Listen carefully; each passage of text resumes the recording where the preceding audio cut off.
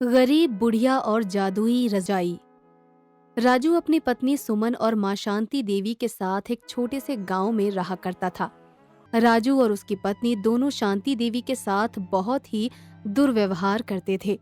ऐसे ही ठंड से कड़कड़ाती हुई एक सुबह सुमन अपनी सास शांति देवी को जगाते हुए कहती है, ओ बुढ़िया, कब तक सोती रहेगी? घर का काम क्या दिन ढलने के बाद करेगी? अरे बहू, मेरी तबीयत ठीक नहीं है। लग रहा है कि मैं आज काम नहीं कर पाऊंगी। सोना है ना तुम्हें, तो सो जी भर के। इतना बोलकर सुमन गुस्से से उसकी रजाई खींच लेती है और उसको ले जाकर बाहर रखाती है और अंदर आके शांति देवी से कहती है, अब सोले जितना सोना है। जब ठंड लगेगी तब सारी नींद भाग जाएगी। बहू, मेरी तबीयत सच में ठीक नहीं है, वरना मैं सारा काम कर देती। मुझे नहीं पता, उठो और काम करो, मुफ्त की रोटी नहीं मिलेगी तुम्हें, समझी? तभी वहाँ राजू आ जाता है और अपनी माँ से कहता है, माँ, सुनाई नहीं दिया सुमन ने क्या कहा है? और हाँ, तुम्हारा रोज का ये बहाना हो गया है कि तबीयत खराब है। काम चोर हो गई हो तुम। हाँ, शायद मैं ही काम चोर हो गई हूँ। किसी तरह कराहते हुए शांति देवी उठती हैं और घर का सारा काम करके धूप सेकने एक बागीचे की तरफ जाती हैं।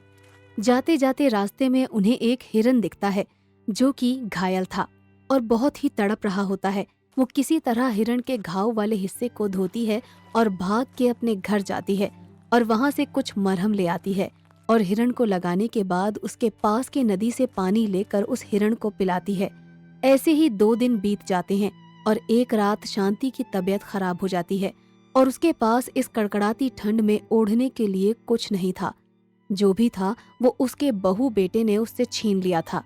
मगर फिर भी शांति अपने बहू बेटे के कमरे में जाती है और कहती है, अरे ओ बेटा, ओ बहू, मुझे कुछ ओढ़ने के लिए दे दो। बाहर बहुत ठंड है। अरे माँ, तुम पागल हो गई हो क्या? जो रजाई थी वो सुमन ले चुकी है क्योंकि उसको बहुत ठंड लग रही है। इस बुढ़िया ने तो नाक में दम कर रखा है। अरे चली क्यों नहीं जाती तुम कहीं? सुमन, तुम आराम से सो जाओ, माँ की तो आदत है। अपने बहू बेटे की बात सुनकर सुमन को बहुत बुरा लगता है। वो उसी कड़कड़ाती ठंड में घर छोड़कर निकल जाती है। तभी रास्ते में उसको वही घायल हिरण दिखाई देता है।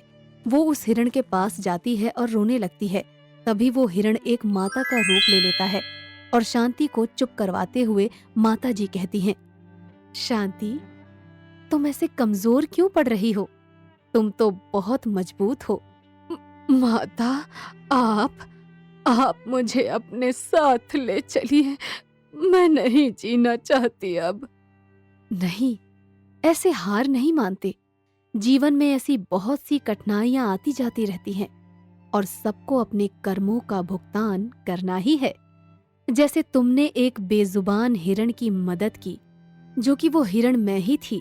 मैं देखना चाहती थी कि किसको मेरी सेवा करने का अवसर प्राप्त होता है, तो वो तुम ही थी।